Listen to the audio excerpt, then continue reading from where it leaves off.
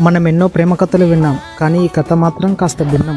పుట్టింది ఒకసారి విడిపోయిన ఇద్దరి మధ్య ప్రేమ మళ్ళీ పుట్టింది. ఒక అబ్బాయి ఒక అమ్మాయి స్కూల్లో కలిశారు. చిన్న వయసులోనే ప్రేమలో పడ్డారు. కానీ ఒక చిన్న మిస్అండర్స్టాండింగ్, ఒక చిన్న కారణం వాళ్ళని విడదీసింది. 15 సంవత్సరాలు గడిచిపోయాయి.